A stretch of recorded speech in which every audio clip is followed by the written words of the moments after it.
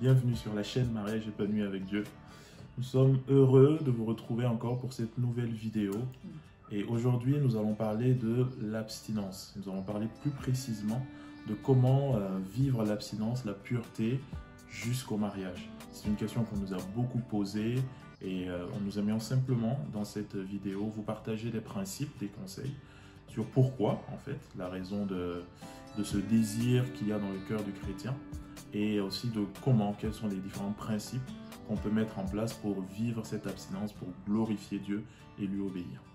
Yes, à tout à l'heure. À tout à l'heure.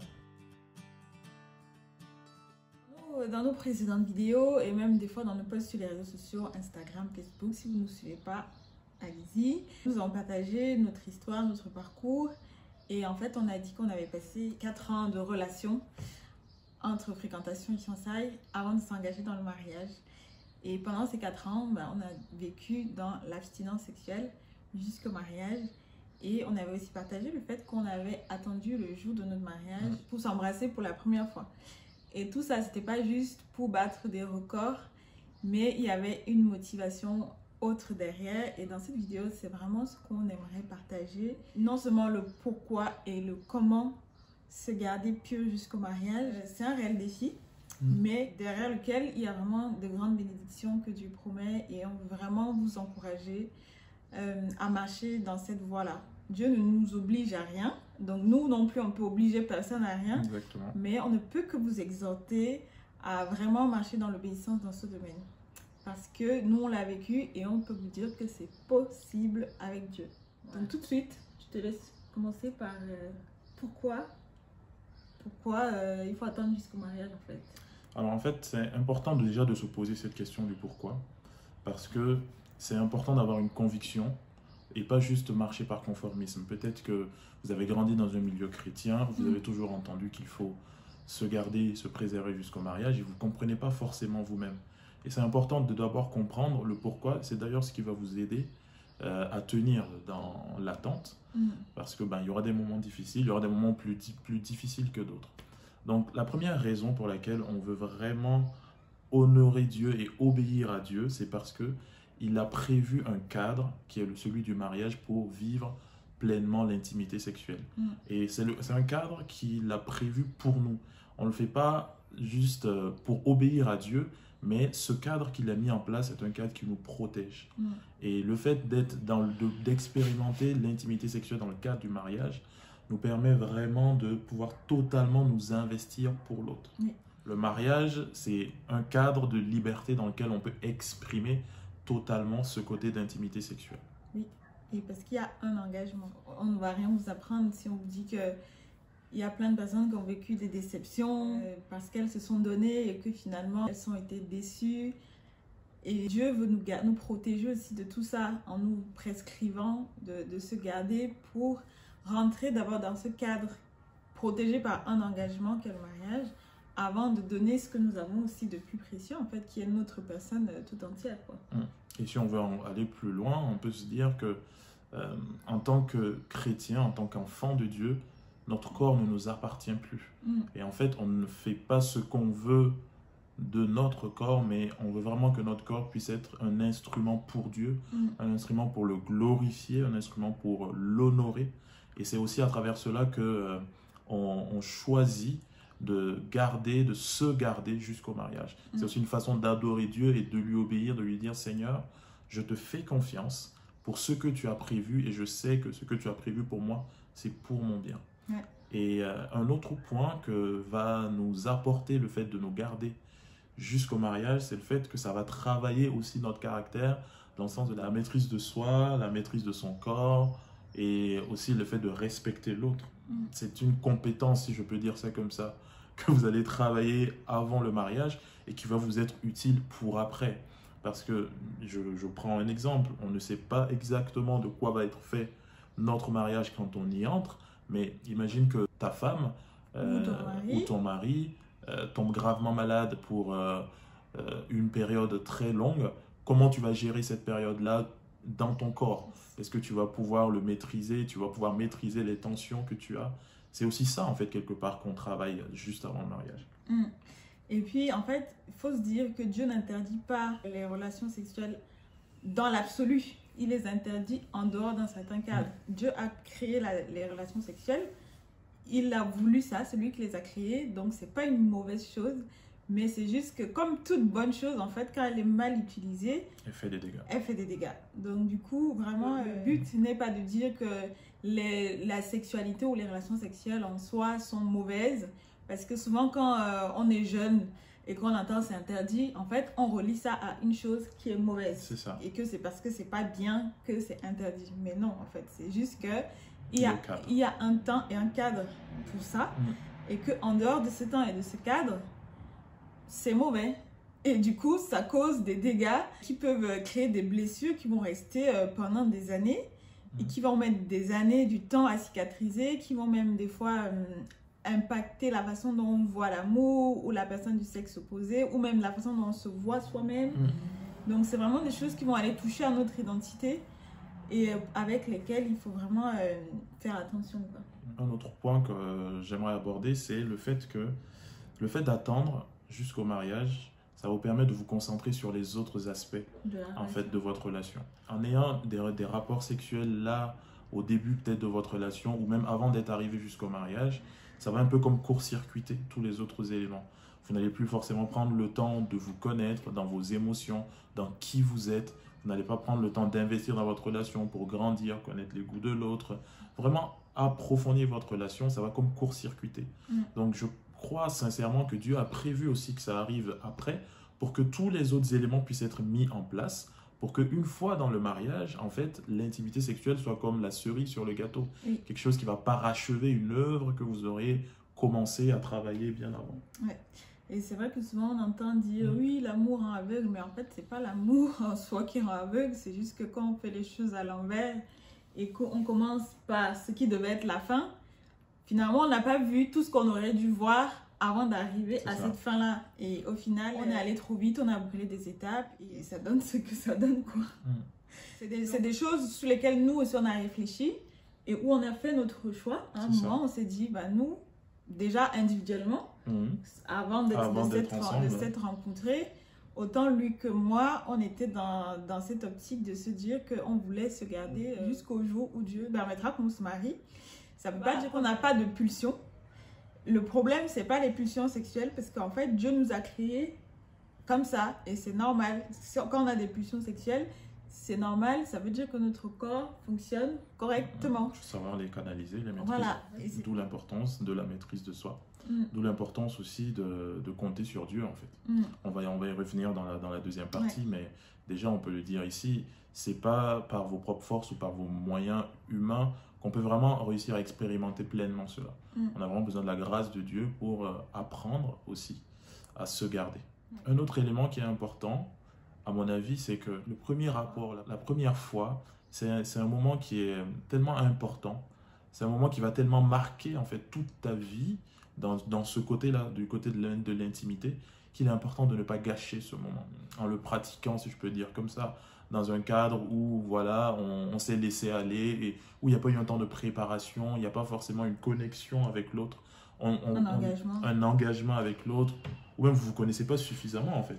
Je veux dire, c'est que quand tu expérimentes l'intimité sexuelle avec quelqu'un où vous êtes vraiment connectés l'un à l'autre et où vous êtes alignés autant spirituellement, dans vos émotions, on expérimente vraiment pleinement ce que Dieu a prévu. Et le mensonge de ce monde ou du diable, c'est de dire maintenant, voilà, c'est le maintenant, on profite maintenant, et c'est quelque chose de passager, mais on n'expérimente pas pleinement ce que Dieu a prévu. Donc, dans la perspective de cette première fois, qui doit être un moment beau, un moment qui va vous marquer pour votre vie, ne le gâchez pas en le dilapidant. Et puis pour finir dans le pourquoi, on peut citer plein de raisons. On n'est pas rentré vraiment dans les profondeurs des raisons spirituelles. Il y a plein d'enseignements que vous pourrez retrouver là-dessus. Mais vraiment, ce qu'on veut mettre en avant, c'est vraiment des choses pratiques qui, bien sûr, ont aussi une origine spirituelle. Mais un dernier point, ce serait vraiment que le fait de vous préserver l'un l'autre, ça va vraiment bâtir la confiance que vous avez l'un envers l'autre. Ça va faire que demain dans le mariage, En fait, vous ne serez pas là à soupçonner que est-ce que mon mari me trompe, est-ce que ma femme me trompe, parce que avant le mariage, vous vous êtes entraîné à ça en fait, à vous garder et à attendre, à maîtriser vos corps jusqu'au moment où vous aviez la latitude de vous laisser aller en fait finalement. Donc ça veut dire que demain, si vous êtes dans une situation où vous ne pouvez pas pleinement vivre cette intimité, vous n'allez pas être dans un climat de manque de confiance parce que... Ça ne va même pas diminuer, si je peux dire comme ça, votre amour. Oui. Parce que vous aurez appris à développer l'amour au-delà de juste l'intimité. Premier conseil, c'est vraiment dans votre état d'esprit. Parce que bien souvent, on pense que juste le fait de se dire « j'ai envie d'attendre jusqu'au mariage », c'est suffisant pour attendre. Comme on le disait dans la première partie, quand notre corps est bien constitué et qu'il fonctionne bien, on a des pulsions sexuelles. On a des envies. Donc, on aura des envies. Et encore plus, quand on est avec quelqu'un qui nous attire physiquement, dont on est amoureux, il y aura des envies. Il ne suffit pas de dire « on a envie d'attendre pour que les choses se passent ». Ça, c'est une chose. Et deuxième chose, c'est autour de vous, vous connaissez certainement des gens qui sont déjà tombés. Donc, ne vous dites pas que lui, il est tombé parce qu'il était plus faible ou que moi, je suis plus fort que cette personne. Au contraire, ça doit nous servir de leçon, de nous dire qu'en fait, il y a d'autres personnes qui aspiraient aussi à attendre, mais qui finalement sont tombées. Donc, ça veut dire que ça peut m'arriver aussi à moi. Et donc, de ne pas faire confiance plus qu'il n'en faut à nos capacités, en fait. Exactement. Ne pas surestimer nos capacités de résistance. Ça, c'est une chose. Et ne pas se croire plus fort que ceux qui sont déjà tombés. C'est-à-dire que c'est de savoir que ce n'est pas forcément par nos propres capacités qu'on va y arriver. Ça, c'est vraiment super important parce que ça va vous éviter de vous mettre dans des situations dangereuses. Un autre élément que vous pouvez mettre en place, c'est ce qu'on appelle le système de redevabilité. Ça peut vous servir de vous dire, au début de notre relation, on s'engage l'un envers l'autre, de se garder pur, mais on se réfère à des grands frères, à des grandes sœurs, à des personnes en qui vous avez confiance, à qui vous confiez aussi ce projet que vous avez. Et des personnes à qui vous donnez le droit de peut-être vous poser la question. Alors, comment ça se passe? Où est-ce que vous en êtes? Est-ce que vous réussissez à gérer ces tensions? Aussi, vous donnez peut-être le droit à cette personne de vous donner des conseils vis-à-vis de cet aspect en particulier. Ça peut vous aider dans des moments où c'est peut-être la tension est un peu forte, de vous dire j'ai une personne que je peux appeler pour lui dire au secours, là c'est dur, ou je sais que je vais devoir rendre compte à telle personne, donc ok, rien que pour ça déjà, je veux faire attention. C'est pas quelque chose qu'on a forcément fait de façon marquée, mais on avait quand même des personnes de confiance qui étaient au courant de notre relation et qui étaient libres en fait de nous poser cette question s'il fallait. Pour moi personnellement, la crainte de Dieu me suffisait. Je me disais que Dieu me voit en fait. Et juste ça me retenait parce que je me disais, en fait, des fois les humains peuvent ne pas nous voir, mais Dieu me voit et je sais qu'à la fin, c'est à lui que je vais rendre compte. Ma marche chrétienne, je suis en route pour aller rencontrer Dieu. Donc je me dis, en fait, le jour où je le rencontre, j'aurais menti à tout le monde, mais lui, il m'aura vu. Moi, cette pensée-là, en fait, me gardait. Cette pensée me gardait. Donc, pour le prochain point, ce serait vraiment d'établir des règles claires pour vous préserver. Établir des règles claires, c'est en fait de savoir quelles sont vos limites à chacun. Et c'est important que chacun connaisse ses limites aussi. Il y a une part de connaissance de soi-même. Donc, il y a aussi un travail à faire sur soi et aussi de la communication. Ce qu'on vous invite à faire dans ces moments-là, c'est de définir une ligne rouge. On utilise souvent ce terme ligne rouge, mais c'est des éléments qui, pour vous font basculer dans la sensualité. Je prends souvent cet exemple de est-ce que pour toi, le fait qu'il te prenne la main, ça devient un geste très sensuel? Est-ce que le fait qu'il te prenne dans ses bras, c'est quelque chose de très sensuel? Ça, il faut que chacun puisse identifier les siens et les communique à l'autre.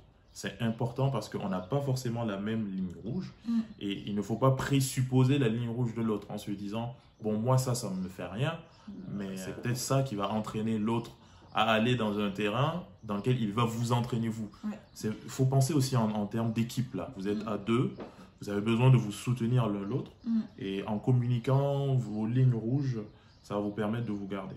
Là, sur ce point, on ne va pas pouvoir vous donner des règles à appliquer pour vous, mais on va quand même vous donner des questions que vous pouvez vous poser pour vous aider à poser ces limites, des questions que nous-mêmes on s'est posées, qui nous ont aidés à définir que bon, là on va pas aller, là on va aller, là on va pas aller. Sur le principe, notre but en fixant nos limites pour se préserver jusqu'au mariage, on avait 2 objectifs. Le premier, c'était de se garder bien sûr jusqu'au mariage puisqu'on voulait honorer Dieu et qu'on croyait que c'était la meilleure chose pour nous. Parce que ce que Dieu nous demande, c'est toujours le meilleur pour nous, ça on le croyait. Et la deuxième chose, c'est qu'on voulait quand même continuer de grandir dans notre relation et dans la façon de se démontrer de l'affection. Parce qu'on voulait éviter l'extrême où on se dit, on se regarde juste comme si on était 2 inconnus. On voulait pouvoir grandir aussi dans notre relation tout en honorant Dieu. Il y a des questions qu'on s'est posées. Donc, première question, c'est qu'est-ce que je n'aimerais pas qu'un autre ait fait avec ma femme ou mon mari pendant les fréquentations? Moi, personnellement, c'est une question, quand on se l'est posée, c'est une question quand même assez terrifiante parce que, enfin, terrifiante, c'est peut-être un mot fort, mais c'est une question qui te remet en question vis-à-vis de ce que tu peux faire, de ce que tu ne peux pas faire. Et l'état d'esprit derrière, c'est de se dire, ce n'est pas ma femme, ce n'est pas ma femme. C'est exactement ça. Ce n'est pas ma femme, ce n'est pas mon mari. Peut-être que oui, on sait qu'on va se marier. Peut-être que oui, on sait que ce sera dans une semaine, dans un mois. Mais ce n'est pas encore le cas. Et devant Dieu, on n'est pas marié. Et on ne sait pas de quoi l'avenir sera fait. Donc, je préfère qu'aujourd'hui, je sois en règle avec Dieu tout le temps, en fait. Aujourd'hui. Et quand ce sera le moment, je sais que ça sera le moment. Donc, d'ailleurs, ça devrait vous aider à attendre. Le fait de savoir que c'est dans un mois ou dans un an et demi, ça me permet de me dire, ok, j'ai une horizon, je sais quand ça va arriver. Oui. Donc oui, c'est ça, la première question, c'est de se dire, vu que là, ce n'est pas ma femme, demain, je suis son mari, qu'est-ce que je n'aurais pas aimé que quelqu'un d'autre ait fait avec elle avant moi, en fait. Donc, c'est la même attitude que je dois avoir vis-à-vis de cette personne aujourd'hui, pendant que je ne suis pas encore son mari ou sa femme. Exactement. Alors, la deuxième question, c'est qu'est-ce qu'on ne se sent pas à l'aise de faire en public? Oui. Ça, c'est aussi une question qui te permet d'identifier les gestes, les actes, les attitudes qui sont potentiellement dangereuses pour vous. Parce que si dans ton état d'esprit, cet acte-là, tu n'es pas capable de le faire en public, ce que tu lui associes est forcément et potentiellement quelque chose lié à la sensualité. Il y a plein d'autres choses, mais par contre, on s'est autorisé, par exemple, à se tenir la main. Ça, on se sentait à l'aise de le faire en public. On s'est autorisé à se prendre dans les bras, sans que ce soit, sans commencer à se caresser, bien évidemment, mais vraiment pour se démontrer de l'affection. Et parce que, par exemple, nous, on était en relation à distance. Donc, quand je vais l'accompagner à la gare, je ne vais pas lui faire juste un coucou comme ça, au revoir, vite fait. On a les bras et puis ça peut être aussi un geste réconfortant par rapport à une situation difficile que l'autre traverse. Donc, c'était dans cet état d'esprit-là, en fait. Et tout dépend du cadre dans lequel on est. Si on est, je sais pas, si on est à l'extérieur, bien sûr, il y a des gens autour, on va pas, ça risque pas de déraper. Donc, c'est vraiment aussi, c'est vraiment ça, c'est de se poser ces questions-là, de connaître ses limites. Pour quelqu'un d'autre, peut-être se prendre dans les bras, c'est trop. Mais donc, du coup, chacun sait ses limites. Et le but, ce n'est pas d'être dans une compétition avec qui que ce soit, mais c'est vraiment déjà, nous, de nous garder, mais aussi d'honorer Dieu, en fait.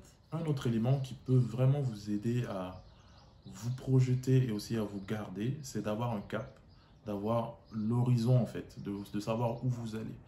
Et parce que quand on vit une relation juste sans objectif, sans savoir à l'échéance à laquelle on va se marier, dans une situation où c'est difficile, où la tension monte, on n'a plus cet objectif-là pour nous dire oui, ça va arriver, mais c'est ça qui va vous permettre aussi d'attendre. Nous, on a attendu 4 ans, mais ce n'est pas la norme. Par rapport à notre contexte, par rapport à nos contraintes, on a dû attendre 4 ans. Mais ce n'est pas forcément, on n'est pas en train de nous dire d'attendre autant de temps parce que c'est long et que c'est difficile. Donc, nous, on ne conseillerait pas de faire des fiançailles super longues, des fréquentations super longues. Il y a un minimum de temps quand même à prendre pour se préparer, pour apprendre à se connaître. Il ne faut pas le rallonger juste pour le rallonger, en fait. Juste par plaisir ou par peur, ce qui peut arriver. Mais évitez-vous des risques inutiles. Et aussi, autant que possible, faites des activités en dehors et avec des amis. C'est aussi quelque chose qui peut vous garder, le fait d'être avec d'autres personnes, peut-être un autre couple d'amis. profitez vraiment de cette saison de votre vie aussi pour expérimenter des choses à l'extérieur à deux. On dirait aussi, nourrissez-vous des choses en fait qui vont vous fortifier dans ce choix que vous avez fait. Quand on dit des choses, ça peut être quoi? Des livres. Nous par exemple, si un bon livre qu'on a lu, Le choix de la pureté, je ne sais pas si on arrive à voir, il est tout petit, mais vraiment c'est un livre un bon état d'esprit qui booste dans le fait de marcher dans la pureté. On a fait pas mal de posts là-dessus. C'était vraiment des posts qui nous parlaient aussi à nous-mêmes parce qu'on était vraiment dans cette saison d'attente. Et aujourd'hui, quand on les relit, on s'est dit, ouais, franchement, Dieu nous a fait grâce. Et honnêtement, que ce soit les musiques que vous écoutez, les films que vous regardez, moi, je sais que j'aimais beaucoup une artiste qui s'appelle Jamie Grace et qui prône aussi beaucoup le fait de se garder, d'attendre et tout ça. Et en fait, c'est des choses comme ça qui font que vous avez un peu comme des motivations supplémentaires en fait. Si vous passez votre temps à regarder des films à l'eau de rose, à écouter du zouk, ou à regarder des séries où justement on prône ce libertinage, voilà. C'est pas ça qui va nourrir, c'est ça qui va nourrir votre esprit et du coup ça fait sauter des barrières en fait, psychologiquement. Hein, au fur et à mesure on se dit oui, alors pourquoi pas. Au fur et à mesure que vous nourrissez ça, quand la situation va se présenter, vous êtes faible. C'est ça, vous ne serez pas prêt à affronter. Un dernier point, peut-être plus pour les gars, mais ce qu'on peut vous conseiller aussi, c'est de pratiquer une activité sportive. Ça permet vraiment d'évacuer ces tensions, ça permet de relâcher la pression aussi intérieure qu'on peut avoir. Donc... Et puis pour les filles, je dirais, en fait, surtout quand on est déjà en couple, c'est d'aider aussi les gars, parce que les gars sont très visuels et souvent, ça part pas forcément d'une mauvaise intention. Mais souvent, on peut venir là avec des tenues très aguicheuses. Et en fait, alors que vous êtes tous les deux dans ce combat où vous voulez attendre, il y aura un moment où vous serez libre même de marcher nu l'un devant l'autre si vous voulez. Mais pendant ces moments où vous décidez vraiment de vous préserver, aider l'autre aussi à se garder en fait. Parce que déjà dans la société dans laquelle on est, il y a tellement de sollicitations visuelles, en tout cas pour les gars. C'est assez difficile aujourd'hui, en tout cas, de vivre avec un regard pur pleinement. Et donc, si déjà, avec la personne qu'on projette de se marier, on a aussi ce combat en plus, ça fait beaucoup. Voilà, et après, c'est des choses dont il faut parler entre vous. Il faut que la parole soit libre dans votre couple et que vous vous sentez libre de dire, là, aujourd'hui, je suis faible. Il vaut mieux éviter de se voir parce que voilà, je sens que ça va être compliqué. Et en fait, c'est des choses comme ça qui créent vraiment la confiance, voilà. Et que demain même, dans votre intimité, vous vous sentirez libre de dire à l'autre quand il y aura un souci, au lieu d'essayer de gérer ça tout seul dans votre coin. Voilà, tout ce qu'on a partagé, c'est vraiment pour vous encourager, pour vous aider à marcher dans la pureté sexuelle, à honorer Dieu, parce qu'on croit vraiment que c'est le meilleur pour nous. Oui. Dieu a le meilleur pour nous. Voilà, Dieu a le meilleur pour nous. Le monde nous montre vraiment tellement d'exemples contraires. Néfastes. Voilà, mais ils ne disent pas toujours les conséquences qu'il y a derrière. On regarde la médaille, on ne le voit pas forcément sur les réseaux sociaux. Mais nous, en tout cas, ce qu'on voulait mettre en avant, c'est de dire que on a fait ce choix d'honorer Dieu, de se garder jusqu'au mariage. Et aujourd'hui, on peut vraiment dire que c'était le meilleur choix qu'on ait pu faire. Et que, voilà, on vous encourage vraiment. Comme on l'a dit au début, Dieu ne nous force pas.